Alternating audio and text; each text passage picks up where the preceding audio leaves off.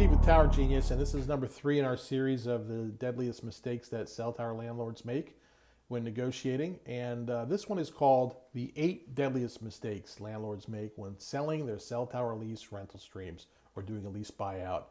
And so if you're thinking of selling a cell tower lease perpetual easement and cashing out of your lease agreement, these are the top errors that we see all the time. And they keep repeating themselves, so I figured I'd do a video. Maybe someone will someone will learn something. So one of the top mistakes people make is not asking the cell tower lease buyout consultant why they want to buy their lease when they're trying to convince you that the technology advances increase your risk of obsolescence. So, don't even waste your time arguing with them. Like the people that are trying to buy your lease agreement, they're not cell tower infrastructure people. Even the CEOs of a lot of these companies, they're just bankers. They really don't understand the technology. There's no need to argue and why are you guys trying to buy this thing when you're also saying that my cell site might go away? Just focus on getting the best possible deal that you can. There's really no need to argue with these folks because you're not going to get anywhere. The next biggest mistakes is not knowing who is who in the market and if these companies are what they claim to be. And there's a lot of companies out there that are saying that they're buying these things. They're really just flipping paper, or they're brokering. They're not actually the buyer. So you really want to make sure that you're dealing with the top people in the industry. There's also a lot of these companies have the same money source. So when you think you're bidding against 2 or 3 people, you really, you're bidding against the same company 3 different ways. So that's not knowing the playing field can really be to your detriment there. All right, the next biggest mistake that people make when selling a cell tower lease rental stream or doing a lease buyout is not understanding the process of handling site maintenance issues like rooftop damage or water damage after the lease rental stream is sold. So if you have a lousy cell tower lease agreement, if it's written poorly, if it's not defined clearly what happens if there's damage to your rooftop, that's going to transfer over to that easement that you sell, and you're going to run into trouble, especially on these rooftop cell sites, if there's water damage and you could be sitting there holding the bag and footing the bill for $50,000, $100,000 worth of flooding damage repair and emergency repair before you figure out who's taking responsibility, what the process is, and this could save you from a world of pain of having it done properly. That's some of the value that we add at Tower Genius to help guide you through your cell tower lease buyout transaction. You got to make sure it's done right. So, what's the next biggest mistake?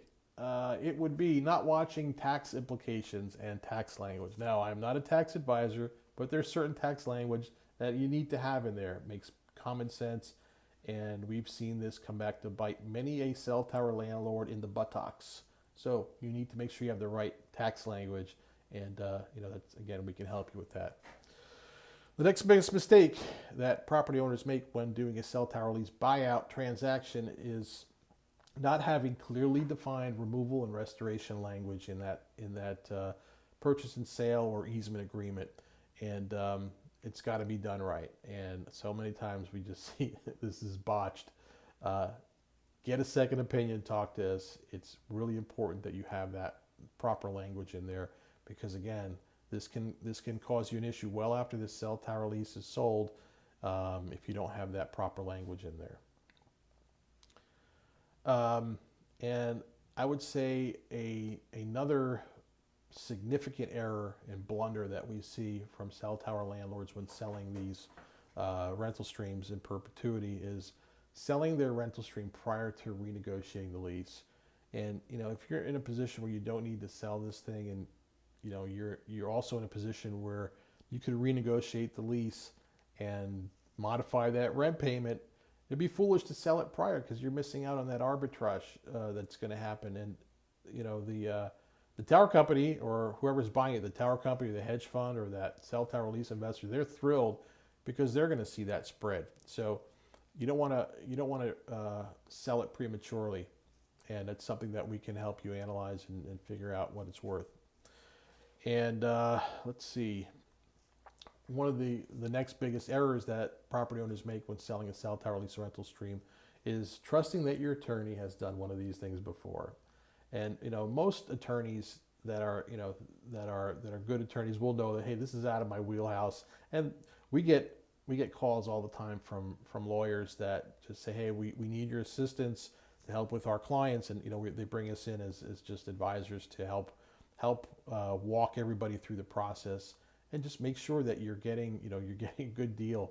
It's not like you can pull comps for this kind of stuff.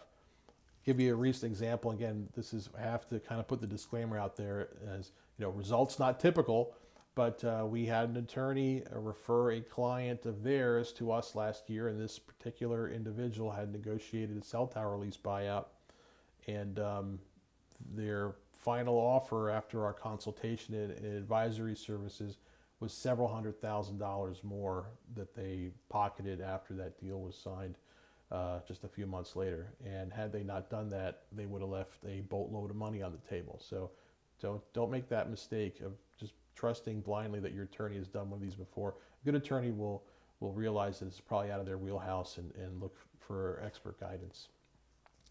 And what is the final biggest mistake and blunder that we see with these cell tower lease buyouts is getting offers for perpetual easement when you could also get an offer for a shorter term. Now, again, I'm not a financial advisor or an attorney or anything like that. I'm not a real estate broker. We're seasoned real estate, telecommunications real estate consultants that know this business very well. And you don't always have to sell these things in perpetuity. I believe that for 1031 exchange, you probably need to, I think it's a 30-year minimum, but you can tailor these, F-35 flying over the office here in Fort Walton. But you can tailor these offers. If you don't need to sell it forever, well, then maybe you just sell it for 35 years or 40 years. So again, you don't have to sell these deals in perpetuity. You can sell it for a shorter term. If you have questions, give us a call at Tower Genius at 888-313-9750. There goes Tom Cruise, Top Gun.